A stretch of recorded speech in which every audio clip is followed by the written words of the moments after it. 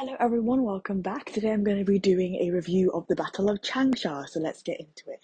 Battle of Changsha, as the title suggests, is a war drama set in the Republican era period where the Japanese are, invading and trying to take over parts of China. And the drama stars Yang Ji as the female lead and Willis Hu as the male lead. And there are also so many other actors that play a series of characters. The drama does focus on a family, and how their lives change during the course of this war. And they get up to a lot of chaotic good before things, you know, become more chaotic during the wartime period. And the romance develops quite slowly, but then in a quick fashion, in a sense, the male and female realize they deeply, deeply love each other and respect each other and decide to get into a romantic relationship. So I did really enjoy this drama. I rated it a 10, just to let you know, and I watched it on YouTube. There were certain cut scenes because this drama is very difficult to access in the West for some really odd reason.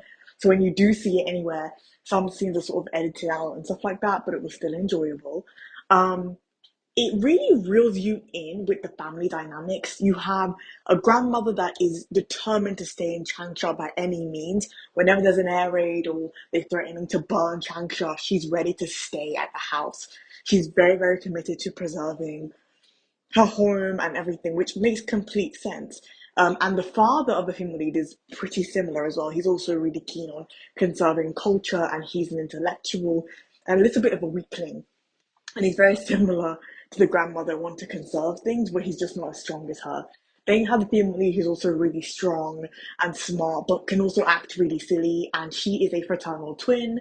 Her brother is ridiculous and not as smart as her, but they get up to so much mess because they are in a militarized zone and they keep doing things that get them in trouble repeatedly.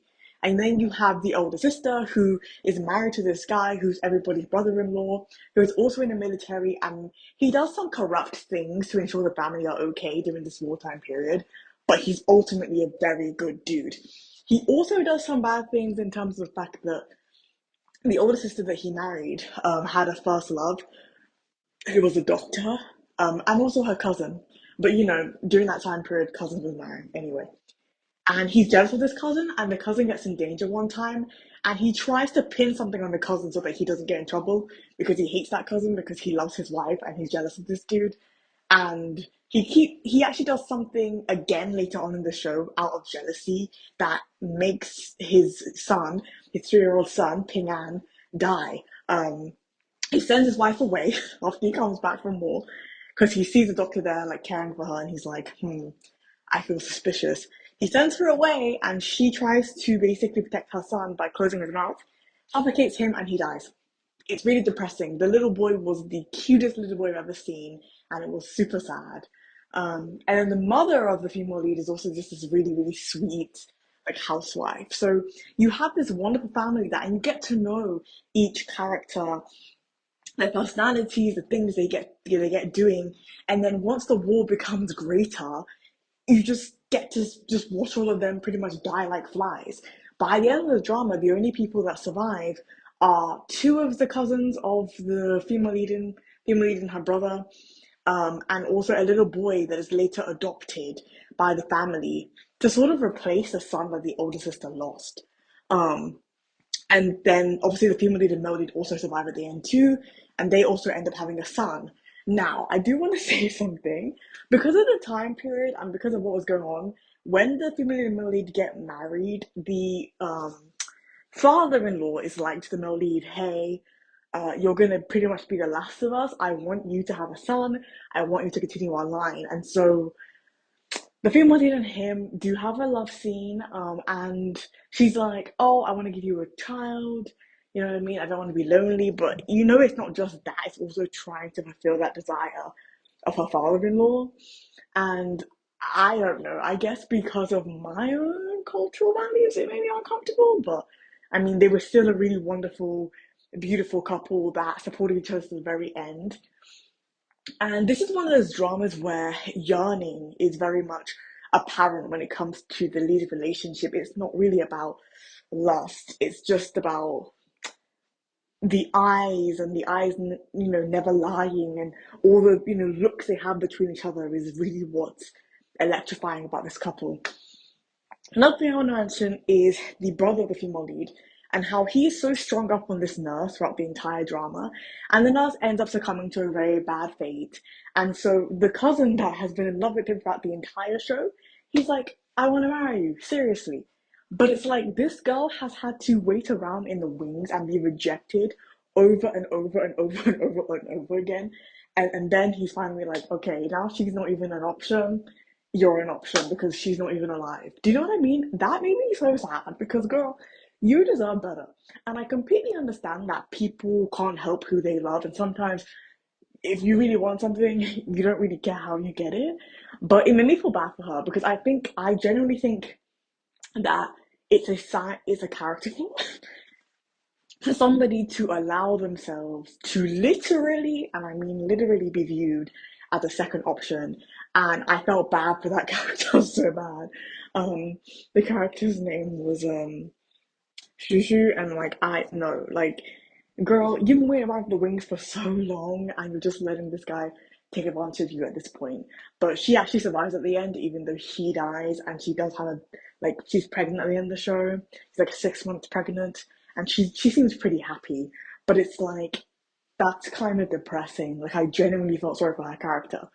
I also want to say that I rarely cry at dramas or movies. Like the last drama I cried at was The Princess Young, and that was only on the second watch when I got to the end.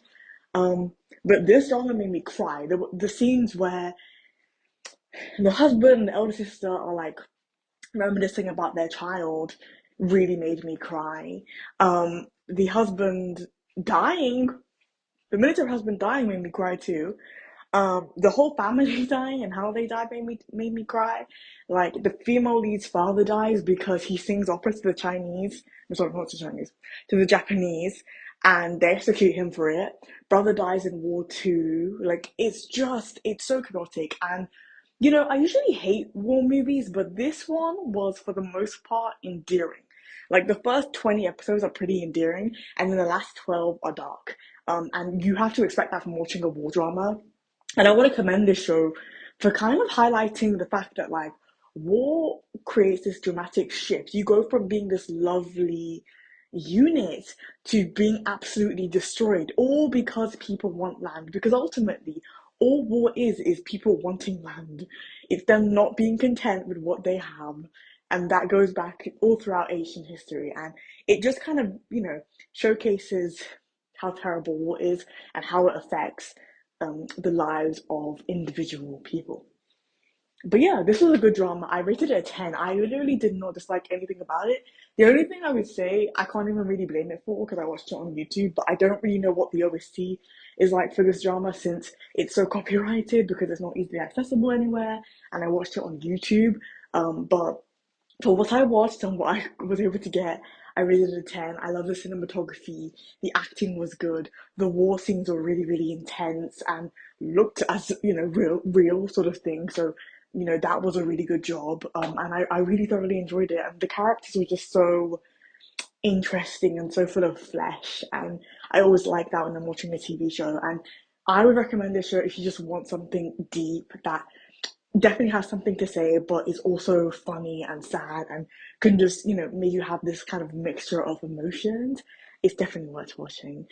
Thank you so much. Let me know in the comments below what you think about this drama. If you like my channel, please subscribe. If you like this video, please hit the like button below. Thank you so much. Bye bye.